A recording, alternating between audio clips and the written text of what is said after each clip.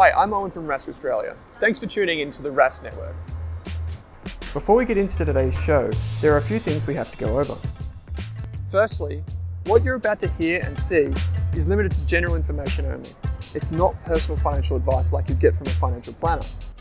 Also, it's important to remember that past performance is not indicative of future performance. That means that anything that's happened in the past, or we say today, is not necessarily going to reflect what happens in the future. Lastly, please consider that any of the guests or myself are featuring on this program may have a financial interest in some of the products or shares mentioned. That's enough from me. I hope you enjoyed today's program. Natalie, thank you so much for joining me on the Australian Finance Podcast today. Thanks so much, Kate. Really great to be here to chat with you about something I'm almost obsessed with at the moment.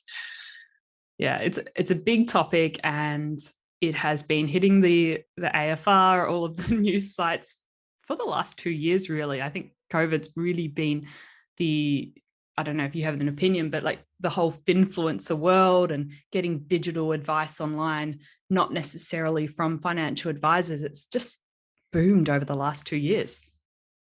And in some of the research that I'm doing, some of the people who have started investing were definitely motivated by the pandemic, but there were lots of things happening sort of just before the pandemic, at least in Australia, that might have been following, say, the UK in terms of brokerage platforms, social media talking about finance, the relationship between finance and well-being. So there's a lot, and it's not just about COVID, and it's not just about people having extra money from government payments and things like that too. So lots to talk about, but hopefully you can steer me in a really good direction. You were involved over the last 12 months in a really interesting research study looking at how young people up to the age of 30, I think, were involved in managing their finances online and where they got their information from, and just sort of the proliferation of YouTubers and podcasters and Finfluencers on Instagram and TikTok, and how that was interacting with the way we manage our finances. So I was wondering if you could provide listeners with a really high-level overview of what your research project was all about, and maybe any really interesting findings you had after that. Yeah, thanks. I'm a social researcher. So the way that I do research might be through interviews, focus groups, what we call digital ethnography. So basically spending a lot of time online, hanging out, collecting insights as to what's happening, and mapping those and trying to make sense of some of what we might call the social patterns as to what's happening and why people are doing things, how that relates to their identity. Most of my work has been in mental health and well-being, particularly how that proliferates online, how people talk about it, their frustrations with health and well-being online. And a few years prior, people were starting to talk about financial well-being. So we knew that people were creating businesses to build passive income, to sell different kinds of health products. But this idea about finances being the thing that you focus on to build your well-being was really interesting. This happened around the same time that a lot of the digital brokers started to grow in Australia. So we had things like Acorn originally, which then became Raise. Other platforms started to come onto the market too, and people were starting to share them as opportunities to be able to, as retail investors, build your wealth. So with my colleagues, Dr. Ben Henkel, who's in the Institute of Culture and Society at Western Sydney, and Angel Jung, who's in the School of Economics, Finance and Marketing at RMIT, we did some focus groups with young people, 19 to 30, who were either recent, new, fresh retail investors, or maybe had just over 5 years, a little bit longer experience. Some of them worked or studied in the financial field. Others were in art school and were self-employed photographers. So there's a real range of different people. Some had grown up in Australia, some hadn't. Some were sort of, I guess, invited into the world of investing through their parents. The things that we found were that the idea that we can put financial advisors and what we might call the formal financial industry against Finfluencers doesn't make sense, because often they overlap. So we'll have people who are talking about buying something or not in a Facebook group related to a podcast. Those people might actually be working to guide people in their own finances. Another thing that we found was that people had really interesting and often complicated ways to tease out what was risky or not about their own investing.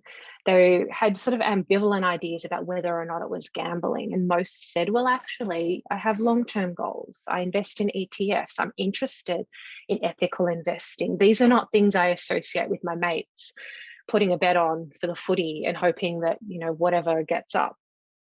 The other thing that we found, and this is interesting to me because I've always been fascinated by how people learn, is that people were learning about investing almost as if it was a hobby. It was almost like the way we were looking at fandoms a few years ago, or for me, looking at young people under 18 in regards to their mental health. It was just woven into their everyday lives. So they'd get up in the morning, they're flicking through Facebook, they're flicking through Twitter. Things about investing were just coming through. Sometimes they would read them, sometimes they wouldn't. Sometimes they'd put them on an app to read later. They would be talking about it with friends. It was almost like learning to invest was in their everyday life, just in the background. They'd pop a podcast on. They would be learning about things by reading a little bit here and there. And then they also started to talk with other people about it. So it wasn't that they would have this discrete time that was just said, an hour a week, I'm going to do my investing research. Or once every 6 months, I'll go and visit my financial advisor and we'll have everything all sorted, put it into action, and then I'll see you again at tax time. It was this way of doing finance, I guess, that really helped them feel connected with all these other retail investors. And that's something I think is often missing in these big discussions about Finfluencers and social media, that this isn't just, you get this one bit of information from this one person's Instagram account, then you go and put it into action. But there's lots of pieces. It's almost like, I'm sure you're the same, having multiple tabs open. And that's, how you might do research. Yeah, and I think that's definitely missing from that discussion, that sense of community. And it's not just going to a financial advisor once or twice a year and not ever getting to talk to anyone else about their finances and seeing how other people are managing it. You don't get all of those things from a financial advisor. Like, they do have a really important role, but it doesn't provide everything that I think a lot of young people really need when they're learning about investing. And I think that ties into some of the conversations we were having previously when you mentioned the study to me originally, and it was about what does it actually mean to be an investor? And you had some really interesting thoughts on how young people are starting to change that conversation and use different tools to help them learn and develop a mindset as such. What's interesting through all of this is that people spoke about having an identity as an investor. That doesn't mean it's a badge that they're going to wear. They're not going to buy the t-shirt. I mean, maybe someone will start selling that. But it's a sense of being with other people who get it. It's a sense that, I invest, or I'd like to invest on these Facebook groups. And often they're lurking, or they're just watching, or they're following things. They'll see something, they'll open up another tab, they'll Google that. They will listen to this podcast. They'll have a chat with their one friend who's interested in it. And maybe some others are starting to get pulled into it too. So when we talk about this mindset or identity of being an investor, it's something that's really social. It's about being with other people. It might be different to say, maybe someone's sexual identity or their religious identity, but it might be what we call a cultural identity. So we can think about this, that if you're interested in Harry Styles, for example, all of the different kinds of social media you're engaging with kind of help you get a sense of, I'm a Harry Styles fan. Similar to investing, and often the research about social media and learning focuses on young people, so children, adolescents, youth, and dismisses the way that adults are doing very similar things, but about things that might be seen as serious or adult-like. So things about health, things about getting your mortgage sorted, things about deciding which loan to take out, and investing as well. So we have these ideas about who we are and that they're shaped by the other people around us.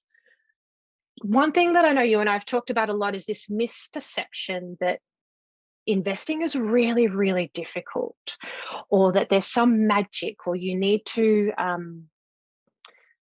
have studied. You need to be, as some people in the study said, an old white man in a grey suit who can be part of this in-group.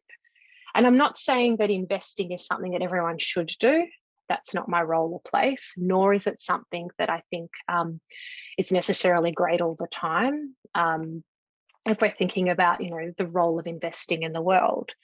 But in terms of us breaking down the things that are often barriers, talking about these misperceptions is really important.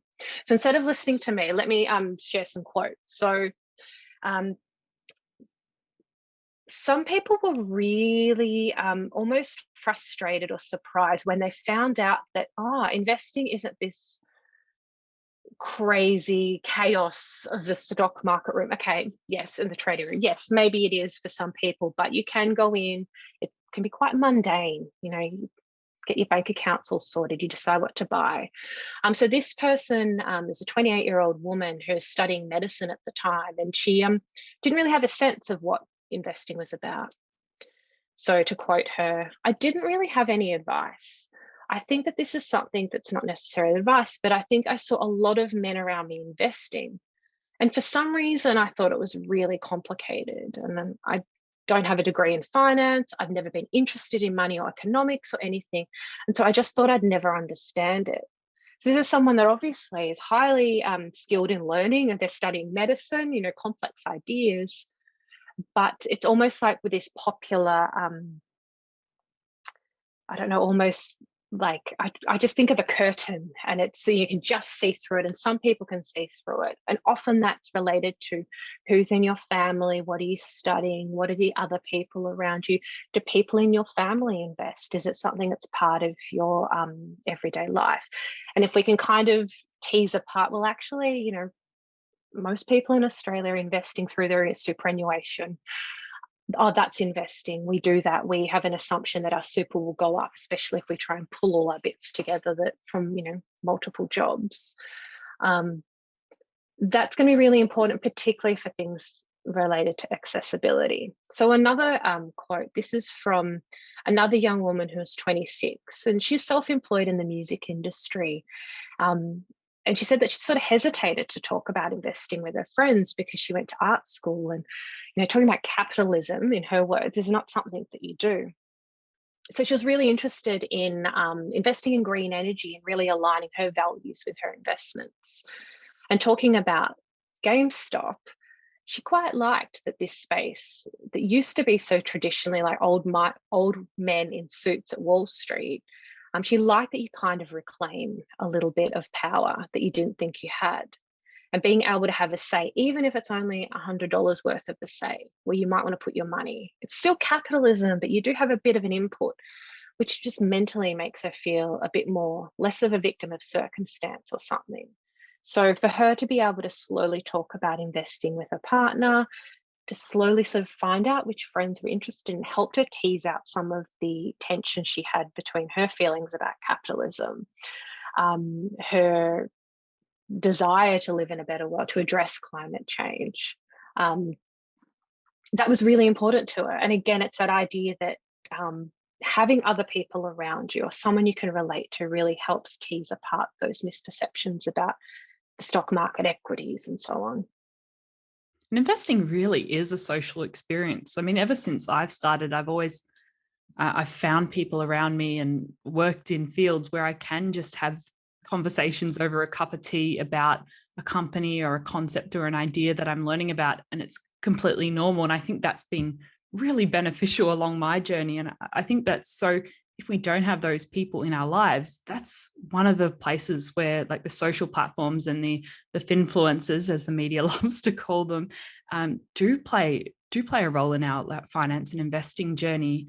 And I'd be keen to hear your thoughts, and from what you've learned in the study, about what gap these Finfluencers do play and in people's investing journeys, what the value is in learning from other experiences rather than just getting told, here's your plan and here's how to action it, and potentially even just like looking at what other people are doing without necessarily copying them, which I think the media seems to think that we're just going to look at one person's portfolio and completely replicate it in our account. Yeah.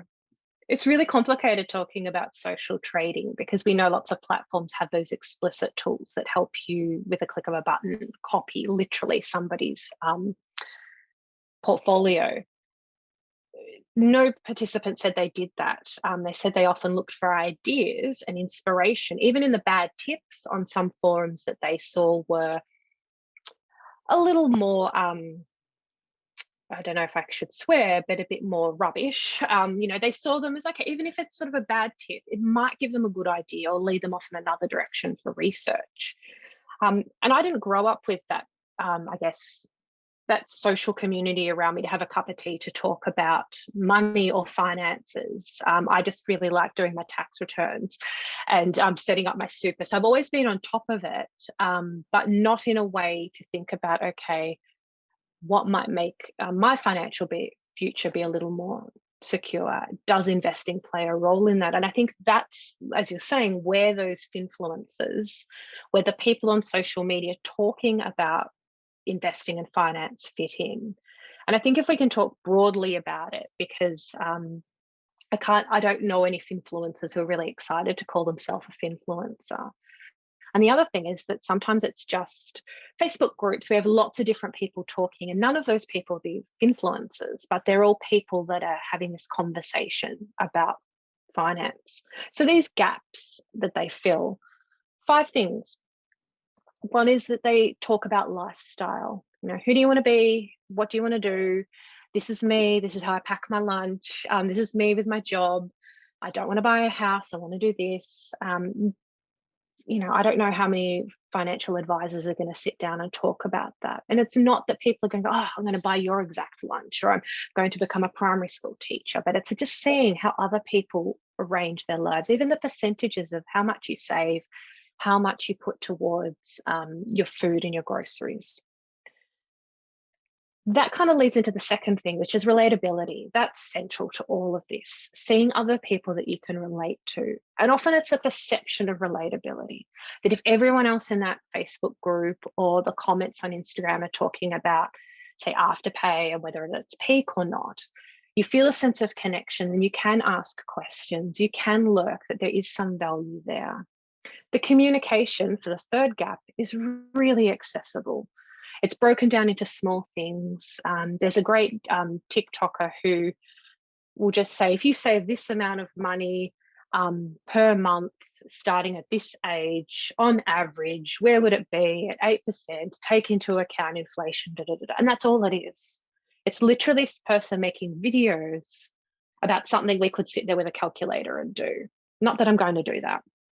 But people were like, oh, can you please do 32 in this age? And I love that engagement. And it's just this little reminder. And I think what some people said, it's just these little pieces that remind them, oh, yeah, I am interested in this. Or actually, no, I do need to look into this. Or actually, I'm getting a bit bored of investing. I might just leave it for the moment, put it a bit on autopilot, check it diversified, and then move on. Fourth gap is this idea of dialogue. And that was really, really central for people who wanted to see how other people were making decisions. So the types of communication that helped them get a sense of what other people were doing were things like podcasts that didn't tell you do X or Z, but people sort of talking through the pros and cons. The comments of Instagram, Facebook posts, the comments to articles in, news media. That was fascinating for them because they got a sense of what other people were thinking. And we might use that sort of investing language of sentiment about a company, but really it's just to be part of that conversation.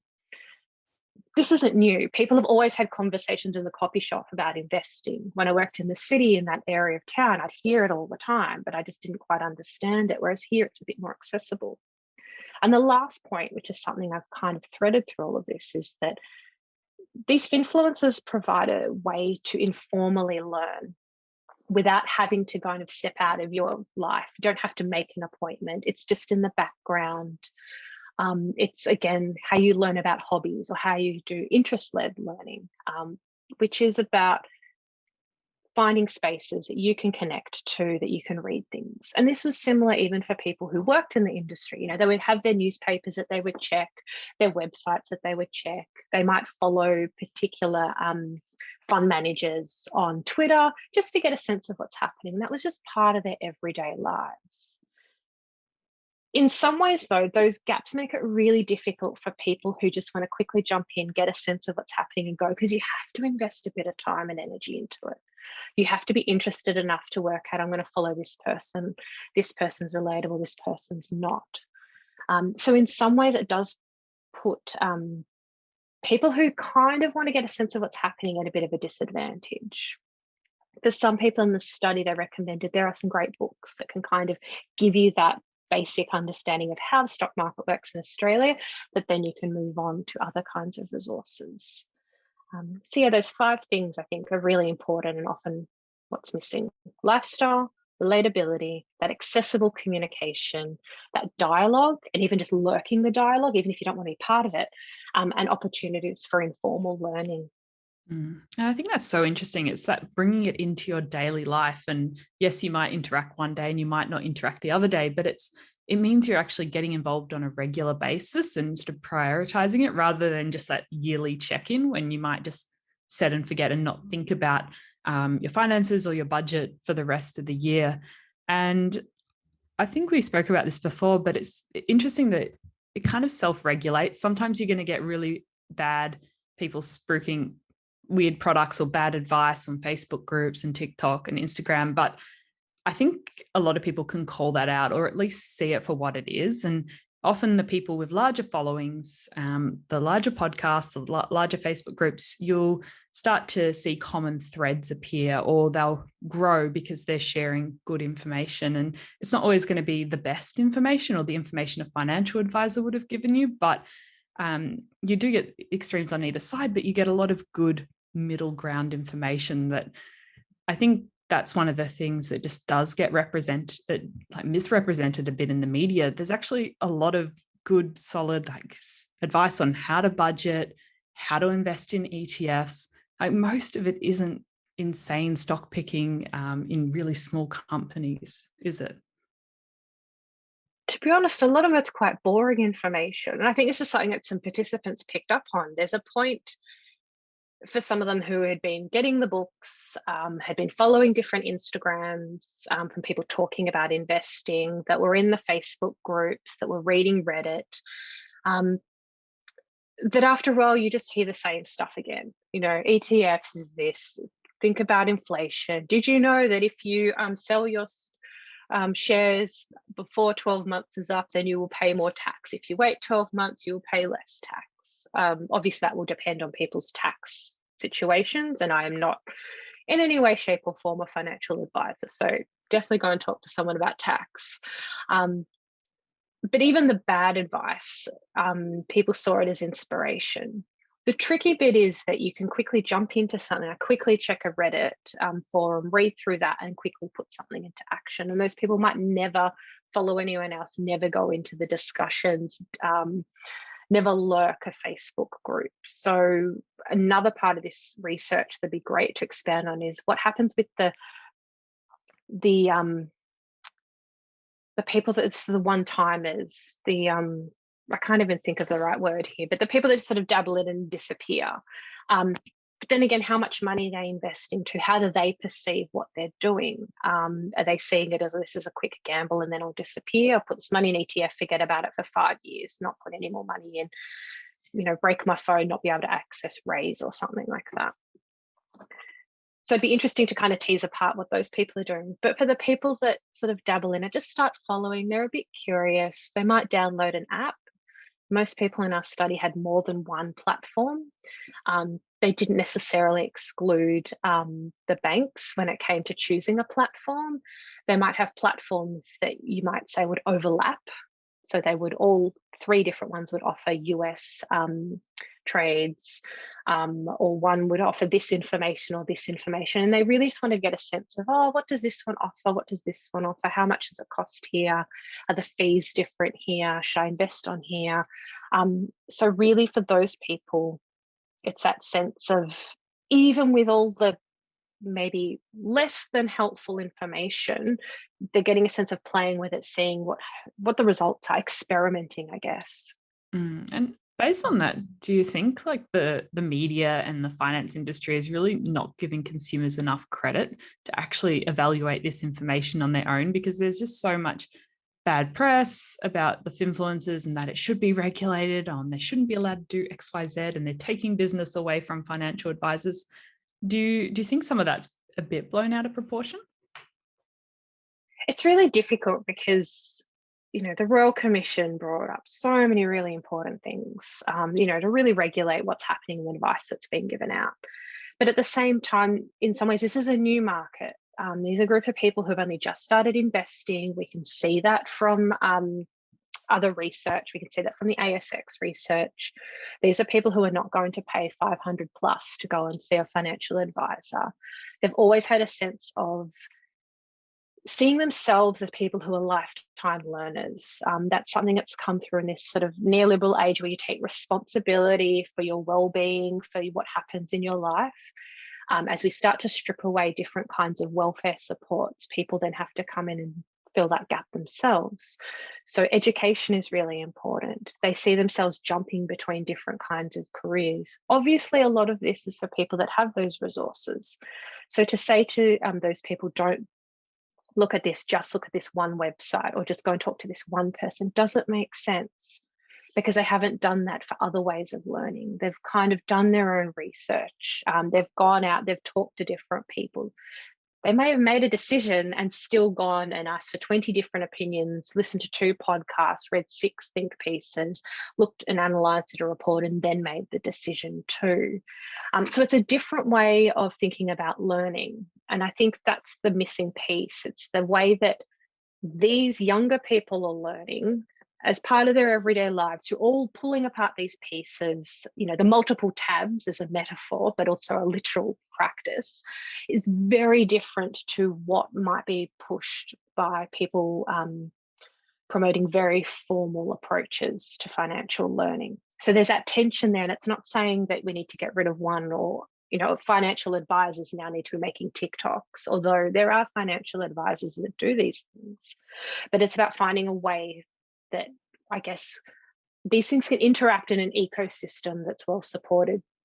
So things that I would love to see would be some really simple things, actually. And I don't know if this is my ex-teacher in me speaking, but almost like a checklist. So if you're going to make a trade or you're going to buy something, there's some basic things you might need to know. Okay, if you sell or buy this within 12 months, does this impact your tax? Is this a US equity? What does that mean? Do people know some basic things about diversification? They don't need to know all the pieces. It's just a quick checklist, because these are some things that people have said that they've missed. Have they thought about their super and where that fits into it? And of course, someone who has a better understanding of financial literature might have other pieces to it. But I don't think it's about making another general neutral website that doesn't feel relatable, that doesn't tell the stories. It's just a quick checklist. Okay, I'm on top of those things. Or, you've been investing for 3 years. Here's your checklist, diversification, whatever. For anyone listening, don't listen to me what those explicit things are, because obviously that's what somebody who works in that space would better understand. But in terms of learning and where you are on that page, it's just those little check-ins. It's the same way that we might study in health. Do you understand these things? Great. Okay. In 2 years' time, obviously, your understanding will increase. Your experience will have changed. What else can we add to that mix? That's a really simple, basic thing, but it's just that check-in. And that would be a great thing for financial services to offer at a reasonable cost that makes sense to people, for platforms to add, for websites to add in as well. In some ways, it's curating the information that's out there for a checklist that makes sense for a person who has a particular kind of life. So it may not be age related. It may not be how much money they have in their portfolio. It may be, okay, you're this person, you're self-employed, you don't have kids, you don't want to have kids, you're not really thinking about a mortgage, you're thinking about working around the world. This is what you might need to keep in mind. versus, okay, you have a solid job, you're thinking about a mortgage, you're thinking about your kids, those kinds of investing decisions would be quite different. And again, that's why people like hearing about people's lives, because those decisions about your money relate to your life in general. So if we could have a checklist for different types of people and different types of journeys, that would be fabulous. Yeah. Anyone can take that idea, by the way. Yeah. No, it's a good idea because there is so much information out there, especially now. There's just so many sources you could possibly get information from. And if you're just getting started with your personal finance and investing journey, you often don't know what you don't know, and you don't know what you need to know. And so it's not until you can't just sort of drop into that ecosystem and then jump out again. You need to immerse yourself, and then you start to go, oh, they're talking about compound interest. Okay, I want to learn about that. And you slowly sort of dip your fingers in and like get to know all the different areas. But yeah, a checklist for your own life circumstances sounds like a good idea. I'd love checklists for everything. I would love a checklist for I guess it's like the health checklists. You see those articles often in women's magazines. At 20, what are the things you need to have talked about with your GP? At 30, what do you need to talk about? At 40, to get your hormones checked out. At 50, go and check cancer for these things. And it's, if I said to someone, or what would you have at different stages, they'd kind of have an idea about health checkups. But in terms of finances, but also acknowledging that a lot of people lead lives that are not stable. The job market for them is not stable or secure. We know that casualization is on the rise. So those kinds of financial situations are very different to people who been in families that have always invested, that might have family trusts, that have gone into an industry that's familiar to them and their social circle and so on. So again, it's mapping it out according to what's happening in people's lives, less about just how much money is in your portfolio, what age you are.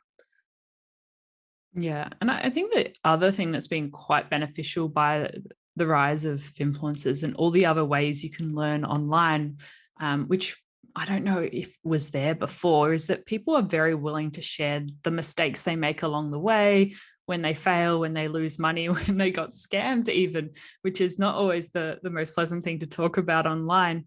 How have you seen in the study, anecdotally, that learning from failure has played a role in people's journeys? And do you think that's something that we should keep sharing online and keep looking at? Yeah, I was, I don't know if I was surprised, but I loved hearing people start to tell us in the focus groups about their losses.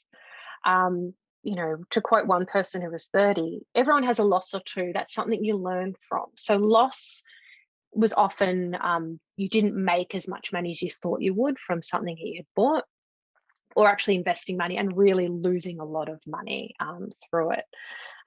People saw that this idea about getting burnt was really important early on, and it's better to do it early. So they said that maybe 30 seemed to be this golden age where you needed to get serious about your life. And there's someone who's well over 30.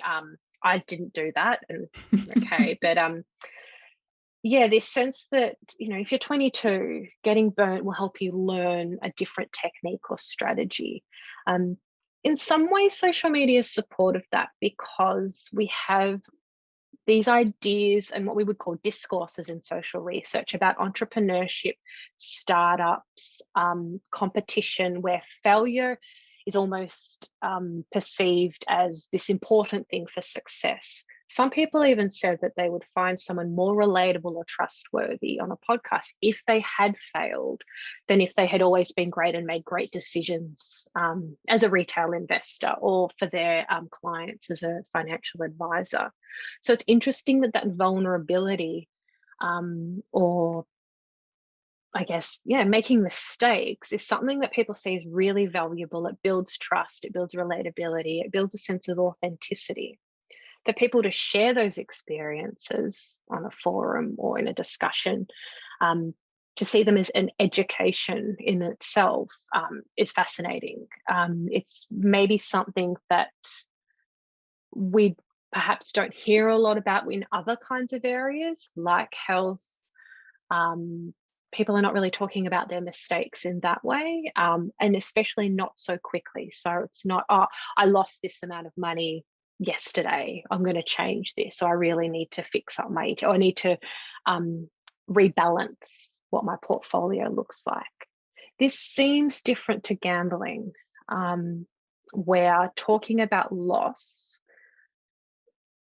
needs to be seen as, oh, lol, I made a mistake. I was so drunk, I put this bet on. So it kind of fits that event narrative of, oh, I got a bit crazy on the weekend. Oops, there goes 500.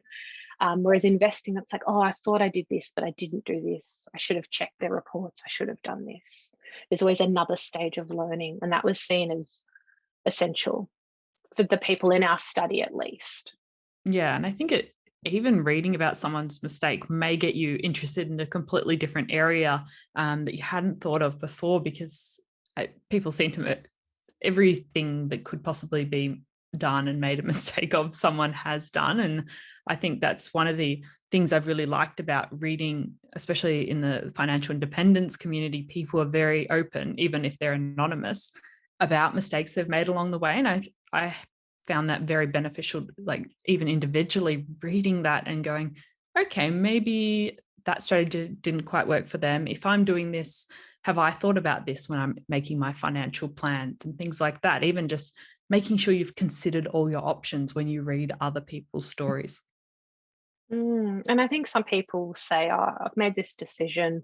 Can you give me some feedback on it? Because they are seeking just to sort of check all their boxes, I guess, in regards to that.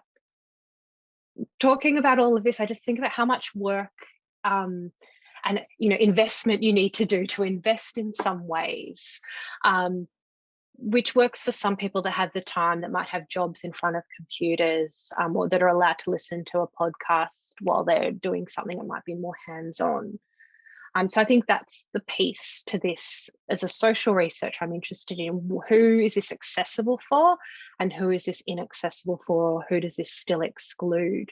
But talking to some people who never thought that they would be investors, that had always been interested in, say, social justice or environmental ethics, trying to find spaces to talk about investing and to see both, what's problematic and what's great about it. It's been really fascinating for me, but also kind of starts to tease apart how we can make it more accessible for the people that do want to get involved too, especially through the pandemic, where we know people, young adults, people under 30, some of them, had to use up all their savings. They had to go eat into their super to be able to pay their daily expenses, while other people, some of the people in this study included, had extra money. So, they could come ahead with $20,000, $30,000, $40,000 that they would otherwise not have, because they would otherwise be going out or getting transport to work or paying for living costs too. So it's going to be really interesting to follow this generation of investors and what's happened with people through the pandemic, and how we can kind of support the people whose financial situation is less well resourced in the next years too. And hopefully there's more research to come from you in this area. There's so much to dive into to help consumers better and to better understand this new world of investors that are quite different to your parents and your grandparents' generation. Yeah, definitely. And I guess those sense of finding other people to talk about it are going to help anyone that's starting out, and especially for people who feel it's like speaking another language, or having that curtain down, or that they're feeling discomfort about what they're doing, finding other people in their social circles, whether that be online, whether that be in their own communities, whether that be at the pub. Now that we can go back to the pub, which is very exciting, to find spaces to talk about it, because when you start to talk about investing, you actually start to talk about, okay, what do I need in my life to live? Okay, I need to sort out my super. Can I get access to those kind of supports if I lose my job? Can I look after my kids in the way that I want to? Can I have this kind of job? Maybe I might want to think about, the environmental impact of investing and how I can invest in a way or not that supports that. Or can I, reshape my super in a way that's going to support that or not? So if I was a financial advisor, I'd be saying talk to lots of people, and that they will also help you find resources that make sense for you, that are accessible, that communicate really well, communicate clearly about the kinds of personal challenges you might face as an investor. Yeah, there's definitely a lot of benefit to fully immersing yourself in the ecosystem, using different resources on different platforms and actually staying there for more than a day or two. So you get a really wide variety of information. And you've covered a lot in your research paper that's I would recommend listeners, if they want to learn a bit more about other people's perspectives, to have a look at, and in today's episode. But if we can kind of tie everything up in a nice bow, and if you had some main takeaways for listeners after today's conversation. Yeah, I think it would be paying attention to how you learn, which I know in a lot of social research, we see that as something that's a responsibility that's pushed onto us, given the social context that we're in. But to pay attention to it so that when we're supporting other people to better understand their money, whatever that looks like, if it includes investing or not, that we have a bit of empathy for how they learn, because we are learning through these multiple taps as a metaphor. And I think that's the key there. And I think maybe I'm really speaking, Kate, to the people talking about this issue and just focusing on Finfluencers, but forgetting this whole ecosystem, like you said, that's out there. So I don't know if that ties it in a bow so well. This is what you get from speaking with social researchers that, complicate things. But yeah, paying attention to how we're learning, and supporting different people to learn through this, what we'd call the social learning way, that there's lots of different pieces to it as well.